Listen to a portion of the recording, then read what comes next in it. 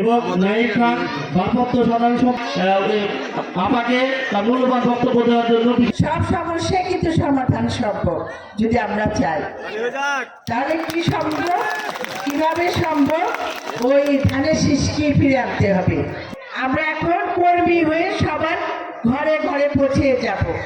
আমরা ঘরে বসে থাকলে হবে না, শুধু মিটিং মধ্যে সীমাবদ্ধ থাকা যাবে না। আমাদের মানিকগঞ্জের প্রত্যেকটা ঘরে যে ধানের শীষের কথা বলতে হবে। জোয়ার দেখতে চাই যেন শুধু ধানের শীষ ধানের শীষ, এবং ভোটের ব্যবধান এমন ভাবে করবে যেন বাংলাদেশে রেকর্ড হয়ে থাকে, রেকর্ড সৃষ্টি করে।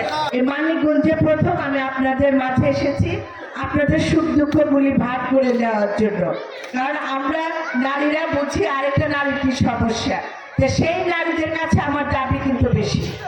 আমি দাবি তো করতে পারি, আমি দাবি করছি যে আমার এই যে নারী ভোটাররা যারা আছে তারা কিন্তু সংখ্যায় বেশি। সেই নারী ভোটারের ভোটে যদি মানিকগঞ্জে ধানের শীষ জোয়ার আসে তাহলে কৃতিত্বটা কিন্তু আপনাদেরই। সবাই বাংলাদেশে সবাই জানবে নারী ভোটে মানিকগঞ্জে আরেক নারী জয়ী হয়েছে। এটা আমরা গর্ব করে যেন বলতে পারি। মানিকগঞ্জবাসীর মার্কা আছে, সাগরিয়াবাসীর মার্কা আছে, জাগির কাউন্সিলের মার্কা আছে, ওই সেই মার্কা রিতায়াপা মার্কা নেবে, রিতায়াপা যাবেই যাবে।